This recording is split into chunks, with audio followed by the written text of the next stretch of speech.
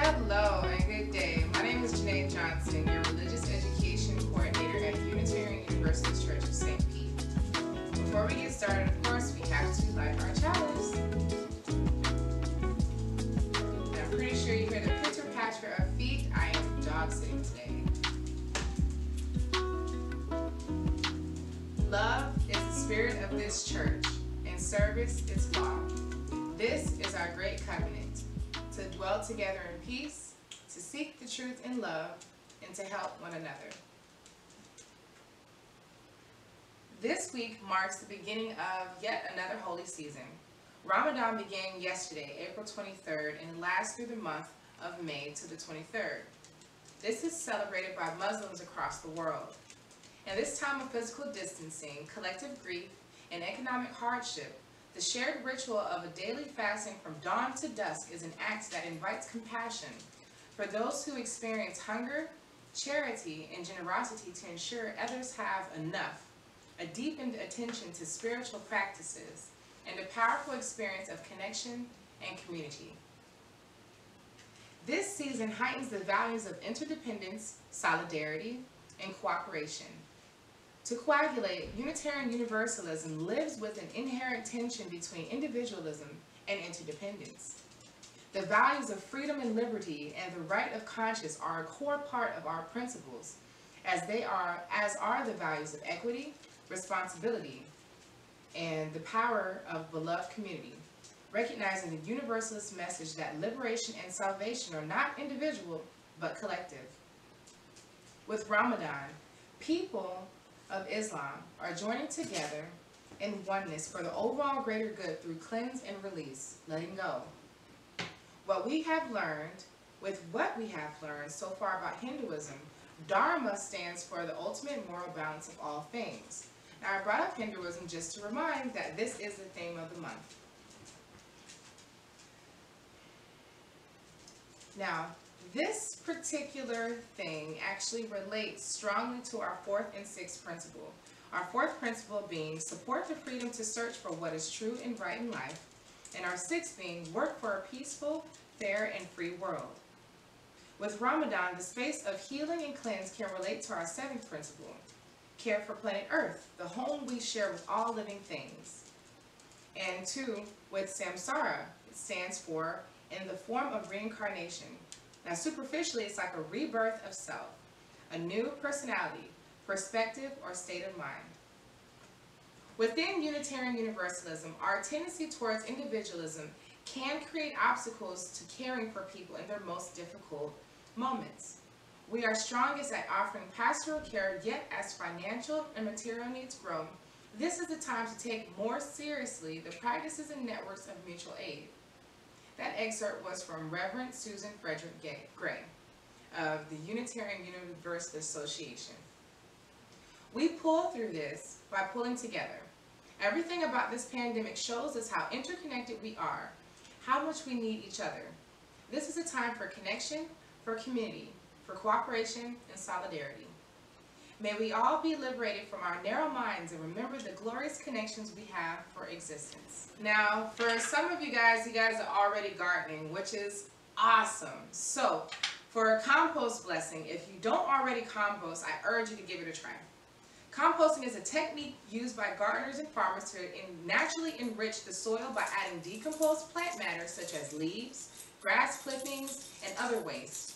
Small-scale composting of your kitchen scraps into a vegetable garden is easy and the ultimate in recycling. So I'm pretty sure you guys are all wondering, what is that ding, ding, ding, ding, ding, ding bell? That is, ladies and gentlemen, kids, boys and girls, the dog. Now, we're going to look into Earth being our mother, because this is a common concept that people have, of many cultures around the world have related to Earth being that of a mother type of figure, because of how the earth sustains itself, continually cleanses itself, renews itself on a day-to-day basis, something like our superhero moms out there. Just sidebar, next week, April 28th, is National Superhero Day. Now, Earth as a mother. This is an assignment for you families to work together, or even just have a discussion during dinner time. Write for at least a half hour.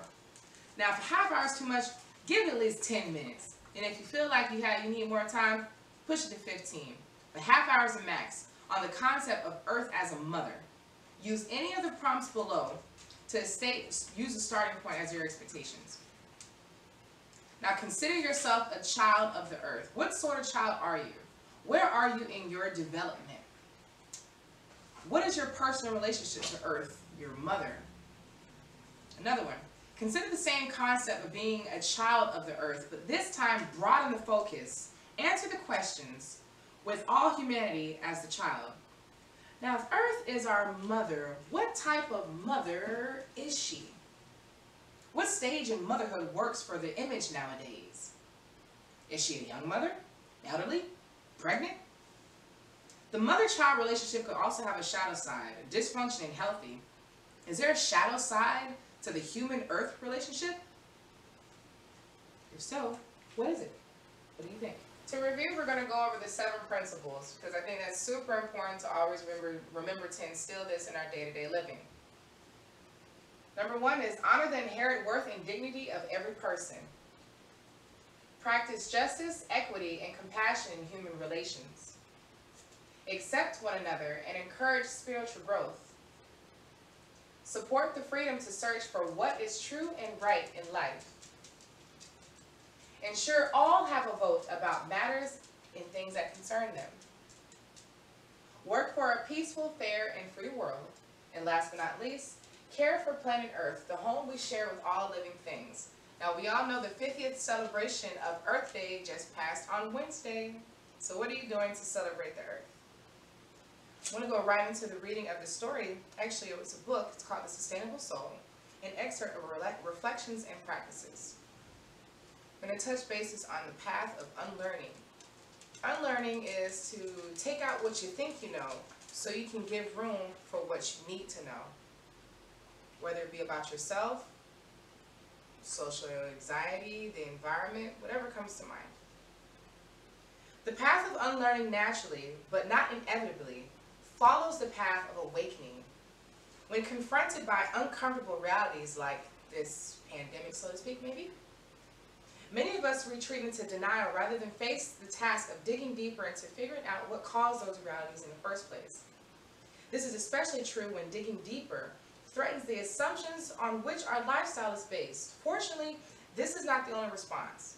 Every day around the world, people of all backgrounds are challenging the unhealthy and unsustainable physical systems and mental paradigms that fuel contemporary industrial society. Everyone all around the world is looking for new ways to pitch in and help our, what some will call Mother Earth, to help the environment, to help cleanse it. In this space, we have the opportunity to learn how to recycle more. Many more people have been riding their bikes versus driving their car, taking a walk with their dog outside of the yard, even joining their kids and riding a scooter, riding skates. Bicycles and such are literally sold out. Arts and crafts supplies are off the shelves in many stores.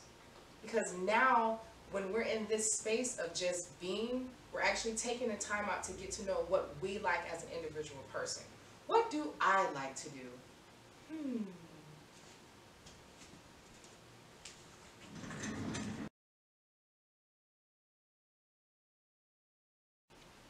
Now for the closing words. It's coming from our Singing the Living Tradition book that we have at our church. What we call a beginning is often the end. And to make an end is to make a beginning. This is where we start from. We shall not cease from exploration, and the end of our exploring will be to arrive where we started and know the place for the first time. That's number 685 by T.S. Eliot.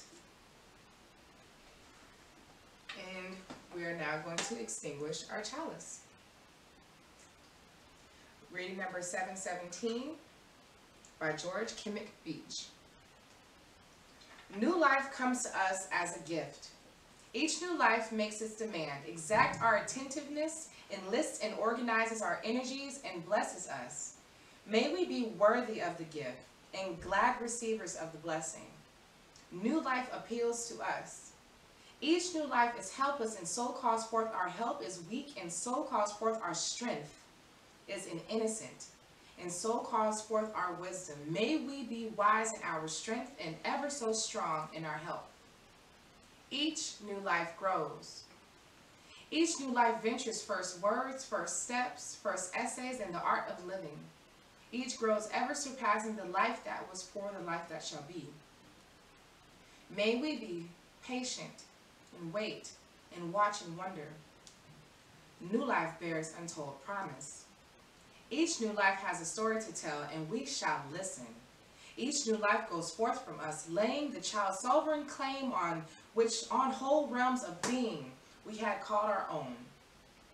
God of grace, may they be blessed, whatever the pathways they follow, whatever the life they claim as their own.